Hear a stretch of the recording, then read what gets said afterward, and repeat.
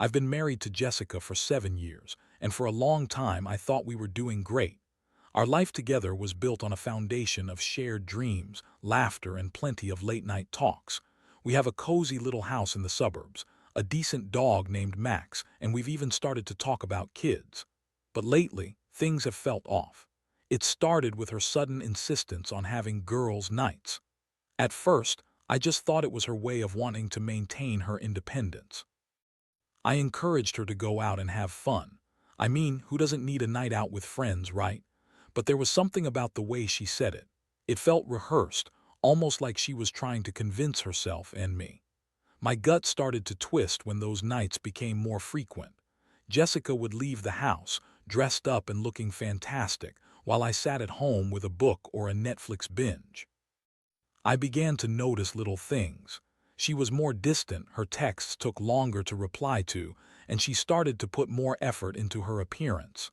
I tried to shake off the whispers in my mind, convincing myself I was just being paranoid.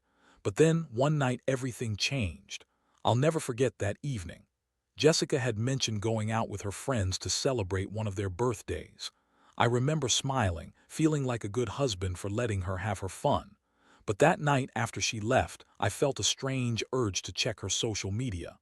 I don't normally do that, but something compelled me. I opened her Instagram and saw a picture that made my stomach drop. It was her, arms around a guy I didn't recognize, looking happier than I'd seen her in months. The caption read, "Best night ever with friends." Doubt crept in as I stared at the photo. So this is what girls' night meant. My heart raced as I navigated through the comments, only to find one from a guy named Mark saying, "Can't wait for the next adventure, Jess."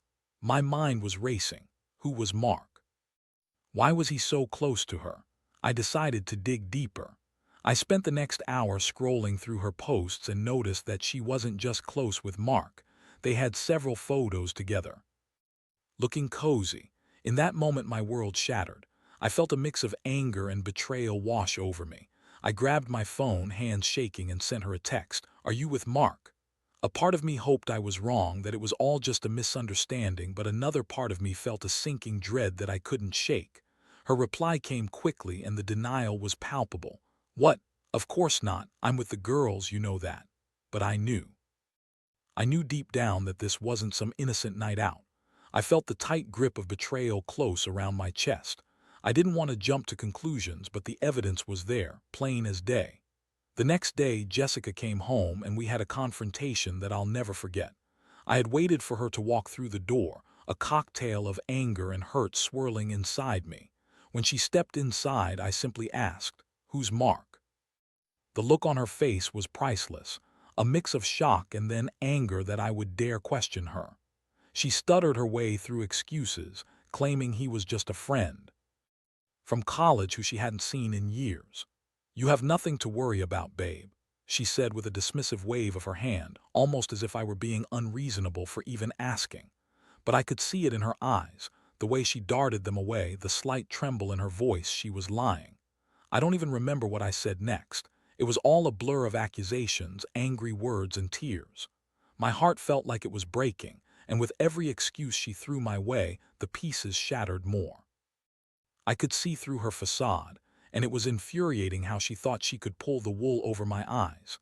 That confrontation sent me down a spiral that I hadn't expected. I felt rage, betrayal, and ultimately, a deep sadness settling in. The woman I thought I knew was slipping away, replaced by this stranger who had built a life of lies. I needed answers, closure. I wanted to know who she really was when she wasn't pretending to be my wife. As my mind raced, I realized that the emotional fallout would be immense, and I had to decide where to go from there. Did I want to fight for our marriage, or was it time to let go of the woman who had torn my heart apart? The thought of divorce hung heavy in the air, but what would it mean for me, for her, for our future? I needed to gather my thoughts to figure out my next step. But one thing was clear: I would not be the victim. This was my life too, and I deserved better than the lies she wrapped around me like a suffocating blanket. Little did I know, the journey ahead would bring its own share of twists and turns, and I would find myself charting a path through the chaos of betrayal and revenge. After that confrontation, I found myself in a fog of emotions. I was angry, heartbroken, and confused. I spent the next couple of days oscillating between wanting to confront Jessica again and needing space to think. The house felt different. It was like a stranger's home. I could feel the tension in the air, thick and suffocating, every sound amplified in the silence. Jessica tried to smooth things over. She'd text me sweet nothings, trying to remind me of the good times we had together, but all I could think about was the betrayal. I barely responded, my heart too heavy to engage. I needed to understand my feelings, to figure out the best way to navigate this mess. I took long walks with Max. The fresh air helped clear my mind, but it also made every thought echo louder. I would replay those images of her with Mark in my head like a bad movie on repeat. I remembered how she used to laugh, how her eyes sparkled with joy. Now those memories felt tainted, as if the happiness we shared had been built on a lie. Each night, I'd lie awake, staring at the ceiling, my thoughts racing. I replayed our life in my head, looking for signs I had missed. The last few months started to look like a series of carefully orchestrated moments. The late nights at work, the mysterious texts, the little lies. It all made sense now, and it hurt to think I had been so blind. Then I stumbled upon her phone while she was taking a shower one evening. It was an impulsive decision, but I felt like I had to know the truth. I picked it up and hesitated, my heart pounding in my chest. I quickly unlocked it. She never changed her password, and the first thing I saw was a message thread with Mark. My stomach sank as I read through their exchanges. They had been talking about meeting up, planning secret rendezvous, and even sharing intimate details about their lives. Jessica used phrases like, "You make me feel alive," and "I wish I could see you more often." I felt sick to my stomach. It wasn't just a fling. It was an emotional affair, and that cut deeper than I anticipated. I put the phone down, my heart racing. I knew I couldn't confront her with this information yet. I needed to come up with a plan, a way to expose her betrayal without giving her a chance to spin her lies again. Over the next few days, I crafted my strategy. I started gathering evidence, screenshots, timestamps, and small details I could use to confront her. Each discovery fueled my determination. I began to formulate a plan for revenge. It wasn't so much about hurting her, it was about reclaiming my power and showing her that I wouldn't let her betrayal go unpunished. One night, while Jessica was out with her friends, I decided to take action. I set up a meeting with a divorce lawyer to understand my options. I needed to know what I was facing, the financial implications, custody issues, everything. It felt surreal, sitting in that office, discussing my impending divorce like it was an inevitable business transaction. But there was also a sense of liberation in it. I was taking control of my life, and that felt empowering. The lawyer was straightforward, outlining the steps I would need to take. "You need to document everything," she advised. "It could be crucial later on." I nodded, my mind racing with all the ways I could gather evidence. This was my new reality, and I was ready to face it head-on. When I got home that night, I felt different. My earlier despair had morphed into a sense of purpose. I had a plan, and I was going to see it through. As I lay in bed, I couldn't help but think about Jessica. She had no idea what was coming. I felt a strange mix of pity and anger toward her. Did she really think she could get away with this? That I wouldn't find out? I thought about how she would react when I finally confronted her with the evidence. Would she try to play the victim, or would she double down on her lies? I decided I would wait for the right moment, let her think everything was normal for a while longer. I wanted her to feel secure in her lies, to think she had won this round. As days turned into weeks, I stayed on high alert. I continued to gather evidence, documenting everything I found, making sure I had a solid case. I couldn't take any chances. Jessica continued her routine as if nothing was wrong. She'd come home from her girls' nights with that same facade, laughter, stories about her friends, and a kiss on the cheek for me. It made my skin crawl. I played along, acting as though I was oblivious to her betrayal, but inside I was calculating my next move. I was a man on a mission, and I was ready for revenge. The emotional roller coaster was exhausting, but I had to push through. I needed a clear head. I couldn't let my emotions cloud my judgment, but that wouldn't be the end of it.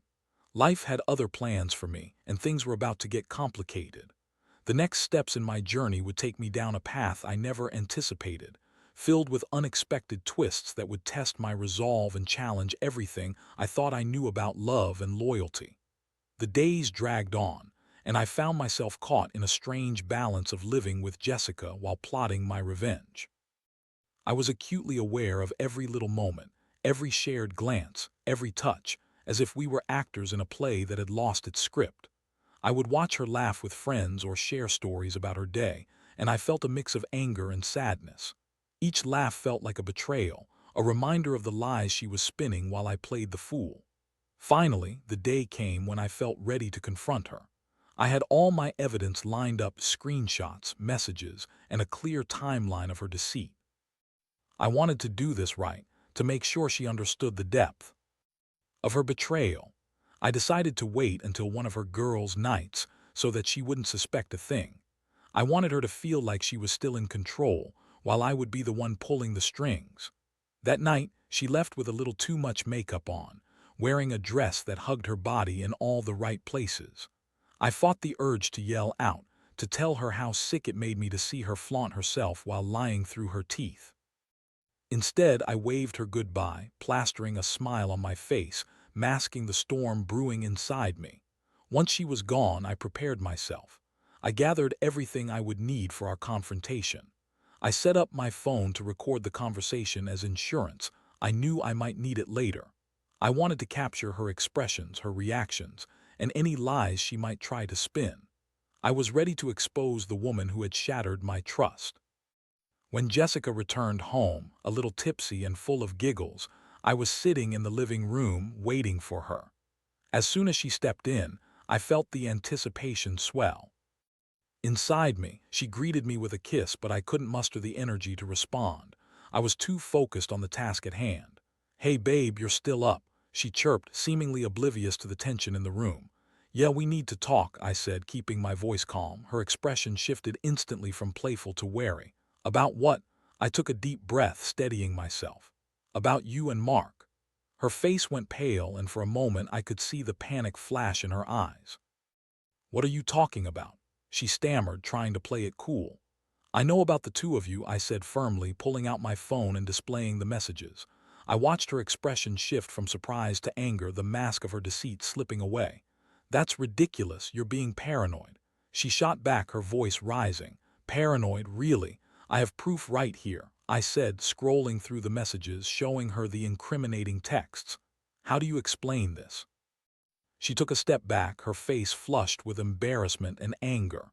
"You went through my phone. That's an invasion of privacy." I couldn't believe what I was hearing. "You cheated on me, Jessica. You have no right to talk about privacy right now." Her defiance started to crack.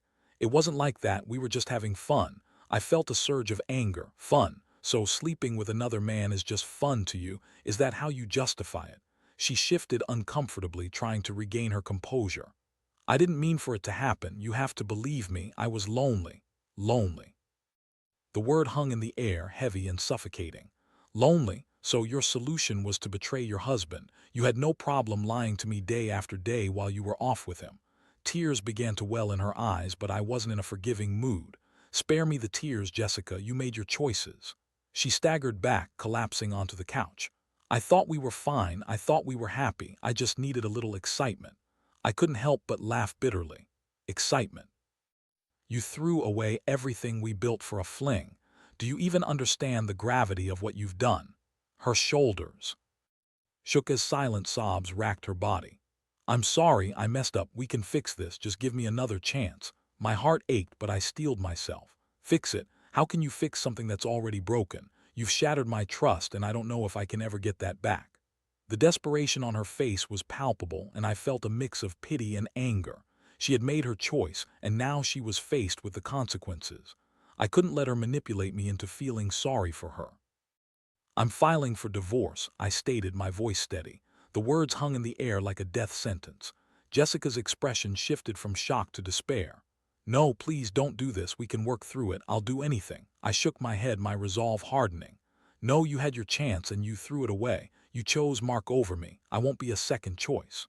Her sobbing became more frantic, and I felt a pang of sadness for the life we had once shared. But I couldn't let that cloud my judgment. I needed to be strong to reclaim my life. "I'm sorry, Jessica," I said, my voice softer now, "but it's over." As I walked away, leaving her there, I felt a mix of relief and heartache. I had confronted her, and while it didn't bring me joy, it felt like a step toward reclaiming my life. The road ahead was going to be difficult, but I knew that I would be okay. The emotional impact of that confrontation weighed heavily on me. I had laid everything bare, and while it brought a sense of closure, it also opened the door to a future that felt uncertain. Would I ever be able to trust again? Would I ever love again? Those questions lingered in my mind as I began to navigate this new chapter of my life. But one thing was clear: I was done being the victim. I was ready to take control of my destiny and find a way to heal from the wounds of betrayal. The journey ahead wouldn't be easy, but I was determined to find my way through it. The days following the confrontation with Jessica were a whirlwind of emotions. I felt like I was living in a dream that had turned into a nightmare. The initial shock of standing up for myself was quickly followed by an overwhelming sense of loss. I had loved this woman deeply, and now I was left with fragments of memories that felt tainted by betrayal. After I told Jessica about the divorce, she tried to reach out multiple times, leaving messages that ranged from tearful pleas for another chance to angry accusations that I had blown everything out of proportion. I ignored them all. I knew that engaging with her would only drag me deeper into a pit of confusion and self-doubt. I needed to stay firm in my decision. I started to lean on my friends for support. I had a close-knit group, and they rallied around me, reminding me that I was not alone in this. They encouraged me to talk about what I was feeling, and slowly, I began to unpack the emotional baggage I had been carrying. One night, I met up with my best friend, Jake, at our usual bar. He was a great listener and had a knack for knowing just what to say. "Dude, you did the right thing by standing up for yourself," he assured me as we sank into the booth. "You deserve someone who values you." "Thanks, man," I sighed, swirling the ice in my drink. "It just hurts, you know. I thought I knew her." Jake nodded. "It's natural to feel that way, but don't let her manipulation pull you back in. You've made your choice for a reason." Over the following weeks, I began to feel a little lighter, though the weight of the situation still pressed on me. I continued to gather my thoughts and document everything for the divorce proceedings. I wanted to be prepared, and the more I organized my life, the more empowered I felt. I even started going to the gym, channeling my anger and frustration into physical activity. It helped clear my mind, and I rediscovered a small piece of myself that I had forgotten in the chaos of our marriage. However, I couldn't ignore the pangs of loneliness that snuck in at night when the silence of the house became deafening. I had grown accustomed to having someone by my side, and now the absence felt like a gaping hole. It was during one of those lonely evenings that I made a decision. I wasn't ready to jump into dating again, but I needed to open myself up to the possibility of new connections, new friendships, and ultimately, a new chapter in my life. I decided to join a local meetup group focused on hiking. I had always loved the outdoors, and it seemed like a great way to meet new people and get out of the house. The first meet was nerve-wracking. I showed up at the trailhead, my heart racing as I scanned the crowd. Most of the people were strangers, and I felt a pang of anxiety wash over me. But as we began to hike, I started talking with a few fellow hikers, and I found myself laughing and enjoying the company. One woman, in particular, caught my attention. Her name was Sarah, and she had an infectious laugh that made the hike feel lighthearted despite the strenuous terrain. We started chatting about our favorite trails and shared a few stories about our experiences in the great outdoors. By the end of the hike, I felt a sense of camaraderie that I hadn't felt in a long time. Over the next few weeks, I began to attend the hikes regularly, and each time I found myself looking forward to seeing Sarah. We exchanged numbers and started texting, and I felt a spark of excitement I hadn't experienced since before everything with Jessica had unraveled. It was refreshing to connect with someone on a platonic level, to experience a connection free of the burdens of betrayal. But as I began to relax into this new friendship, Jessica re-entered the scene with a text that threw me off balance. "Can we talk? I need to explain everything," it read. My heart raced. I hadn't expected to hear from her again, and suddenly all my feelings came rushing back. I felt the anger flare up but was also caught off guard by a flicker of curiosity. Did she really want to talk, or was this another attempt to manipulate me? I stared at the message for a long time before deciding to respond. "What do you want to talk about?" Her reply came almost immediately. "I want to apologize and explain my side. Please, it's important." I hesitated, weighing the pros and cons of meeting with her. On one hand, I wanted closure and to hear her side. Perhaps there was something I could learn that would help me move on. But on the other hand, I feared that talking to her might pull me back into the emotional turmoil I had fought so hard to escape. After a night of tossing and turning, I finally decided I would meet her. I needed to hear her out, but I promised myself that I would remain vigilant, not allowing her charm to sway me. I agreed to meet at a coffee shop a few blocks from our old house, a neutral ground that wouldn't trigger too many memories. When I arrived, Jessica was already there, tapping her fingers nervously on the table. She looked different. Her hair was pulled back and she wore a simple dress, but her eyes were red from what I could only assume were tears. As I sat down, I felt a mix of anger and pity. "Thanks for meeting me," she said quietly, her voice trembling. "Let's just get to it," I replied, trying to keep my tone neutral. "What do you want to say?"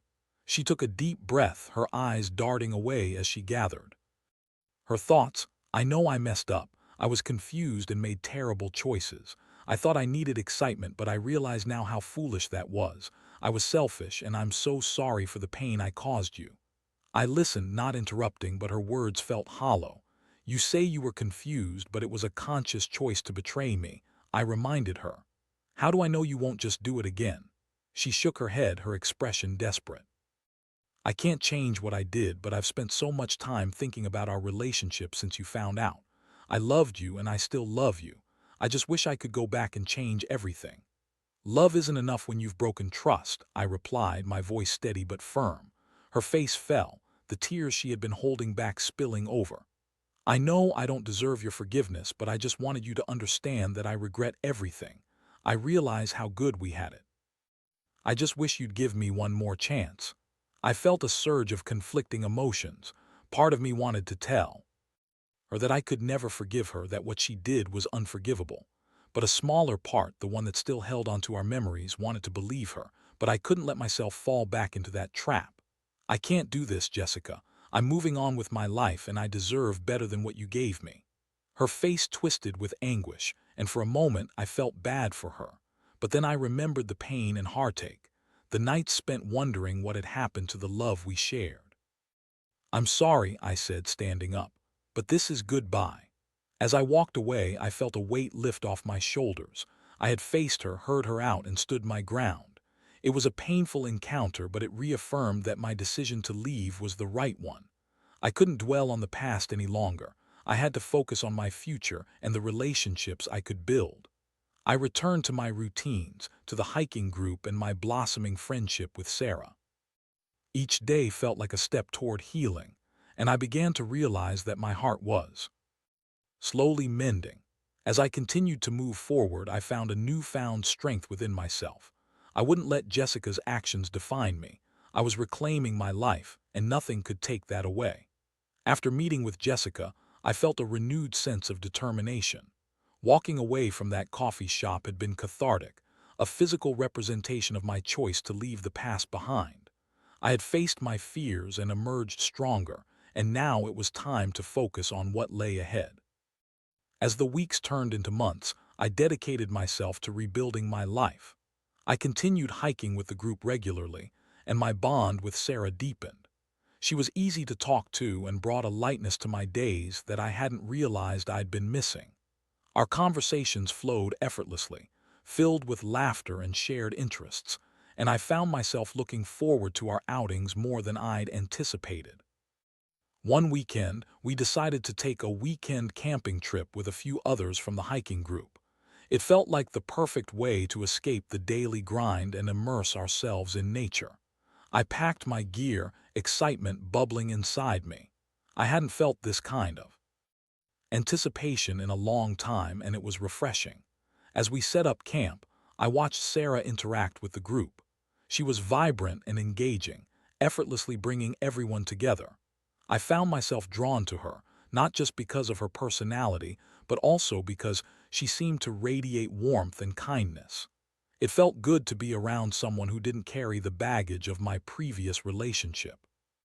As night fell and we gathered around the campfire, stories were shared, laughter echoed through the trees, and for the first time in a long while I felt free. I looked around at the smiling faces, and it struck me how far I had come. Just months prior, I was drowning in betrayal and heartbreak. Now I was surrounded by good friends and the possibility of something new. When the moment felt right, I turned to Sarah. "Hey, can I talk to you for a minute?" She nodded, her eyes sparkling with curiosity. We stepped away from the fire, walking a bit down the trail until the noise of the group faded into the background. "I just wanted to say how much fun I've been having with you and the group." I started, my heart racing a bit. "It's been nice to connect with someone who gets it, you know." She smiled, her cheeks tinged pink in the firelight. "I feel the same way. It's refreshing to be around good energy, especially after everything." I swallowed hard. I've been through a lot lately. I didn't expect to find someone like you in the midst of it all, and I just wanted you to know that I appreciate your friendship. Her expression softened and she took a step closer. "I'm glad you feel that way. You deserve to be happy and to find someone who really values you." I hesitated, then decided to take the plunge. "Would you want to grab dinner sometime, just the two of us?" Her eyes lit up and I felt a rush of hope. "I'd love that," she replied, a smile breaking across her face. As we walked back to the campfire, I felt lighter than I had in months. It wasn't just about the possibility of a new relationship. It was about the realization that I was moving forward, leaving the past behind. I could finally see a future that wasn't clouded by betrayal. The next few weeks flew by as Sarah and I began to explore this new connection. We went on hikes, shared meals, and enjoyed each other's company. I felt a sense of joy that reminded me of what it was like to be in a healthy relationship, one built on trust and respect. But as things began to feel more serious, I still wrestled with the shadows of my past. I found myself occasionally haunted by memories of Jessica, questioning if I was truly ready to let someone new in. I would think about the pain of betrayal and wonder if I was setting myself up for heartbreak again. One evening, as I sat across from Sarah at a cozy little restaurant, I decided to broach the subject. "I need to be honest with you about something," I said, feeling a mix of anxiety and relief. "I've been through a pretty rough time recently, and I want to make sure I don't bring that baggage into this." She nodded, her expression serious but kind. "I appreciate you being open with me. I want you to know that I'm here for you, and I'm willing to take things at a pace that feels comfortable for you. I just don't want to rush into anything," I admitted. "It's hard to shake off the feelings of betrayal from my past." "I understand," she said gently. "I'm not going anywhere, and I'm happy to take things slow. Just know that when you're ready, I'd love to see where this goes." Her words reassured me, and I felt a weight lift off my shoulders. It was a reminder that I didn't have to rush into anything. We could take our time to build something meaningful, free from the shadows of my previous relationship. As the weeks turned into months, I began to heal. I learned to embrace the feelings and memories that came up, not letting them control me. I would talk openly with Sarah about my past, and she would listen without judgment. It made me realize how crucial it was to find someone who understood my journey and was willing to walk alongside me. But just as I was starting to feel completely at ease, Jessica decided to take one last shot at my emotional landscape. One evening, I received a text from her asking to meet. My heart raced at the thought, but I reminded myself that I had the upper hand now. I had reclaimed my life, and I wouldn't let her manipulate me again. I agreed to meet her at a small cafe, prepared for whatever came my way. As I approached the tables outside, I steeled myself for a potential emotional storm. Jessica was already there, fidgeting with her coffee cup. "Thanks for meeting me," she said, her voice softer than I remembered. I didn't respond immediately, choosing to observe her instead. She looked different, more vulnerable. Perhaps the reality of losing me had finally hit her. I just wanted to say that I'm truly sorry for everything. I've been working on myself and trying to understand my actions. I know I don't deserve your forgiveness, but I hope you can find it in your heart to at least let go of the anger, she said, her eyes searching mine for some sign of understanding. I took a deep breath, feeling a rush of conflicting emotions. I appreciate you saying that, but I need you to understand something. I've moved on and I'm happy now, I replied, steadying my voice. Her expression faltered and I felt a flicker of sympathy for her. I know, I just thought maybe we could start over even as friends. I shook my head. I don't think that's possible, Jessica. I have to focus on my own happiness, and right now that doesn't include you. Her eyes filled with tears again, but this time I felt no urge to comfort her. I really am sorry, she whispered, her voice breaking. I believe you. But the trust is broken and I can't go back to that place. I wish you the best, but I need to keep moving forward. I stood up to leave, feeling a mix of relief and sadness as I walked away. I had faced her again and I felt stronger for it. This time, I wasn't the one who was broken. I was the one who had healed. As I re-entered my new life, I recognized that the journey of healing was ongoing with ups and downs. But I was learning to embrace the joy of new beginnings while acknowledging the lessons from my past. I was ready for whatever the future held, with Sarah by my side and a heart that was slowly learning to trust again. Life was unfolding in ways I had never anticipated, and I was excited to see where it would take me next. With each step forward, I felt more like myself again, no longer defined by betrayal but by resilience and hope. As I settled into my new life, I felt a sense of clarity I hadn't experienced in a long time. With Sarah by my side, I was rediscovering the joys of companionship without the shadows of betrayal looming overhead. We continued to grow closer, exploring new trails together, sharing meals, and enjoying quiet evenings filled with laughter and meaningful conversations. Sarah had a way of making everything feel fresh and exciting. She was adventurous and spontaneous, and I found myself smiling more often than I had in years. I felt like I was shedding the weight of the past, one joyful moment at a time. One evening, as we were preparing for another camping trip, Sarah turned to me with a serious expression. I want you to know how much I appreciate you and what we have together. I can't imagine going through this journey with anyone else. Her words hit me like a wave of warmth. I felt grateful for the connection we were building, one that was rooted in honesty and mutual respect. I feel the same way, I replied, my heart swelling. I didn't think I could ever feel this way again after everything, but you've helped me see that there's still so much to look forward to. As we set off on our weekend adventure, I couldn't shake the feeling of contentment that enveloped me. We hiked through beautiful landscapes, shared stories around the campfire, and even cooked a meal together under the stars. It felt like a scene from a movie, one where I could finally breathe easy, surrounded by someone who genuinely cared for me. But as much as I was enjoying the present, there were still moments when the past crept back in. Occasionally, I would find myself replaying the hurt and betrayal in my mind, but I had learned to push those thoughts aside. I recognized that healing was not linear. It came in waves, and I was learning to ride them with grace. One night, as we sat by the campfire, I felt a surge of gratitude for everything I had been through. You know, I began, looking into the flames. I used to think that my life was defined by my relationship with Jessica, but now I realize that it's the choices I make moving forward that truly define me. Sarah's gaze was steady as she listened. That's such an important realization. We can't let past mistakes dictate our future. You've shown incredible strength in moving on, and it's inspiring to see. Her words struck a chord, and I felt a deeper connection forming between us. We talked late into the night, sharing our dreams and fears, and I realized how rare it was to find someone with whom I could be so open.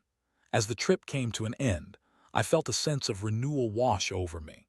I could finally see a future where I wasn't merely surviving but truly living. I was ready to embrace whatever came next, whether that meant continuing to grow with Sarah or exploring new opportunities. Returning home, I felt lighter than ever. I had let go of the anger, the resentment, and the heartache that once consumed me. I was no longer defined by what happened between Jessica and me.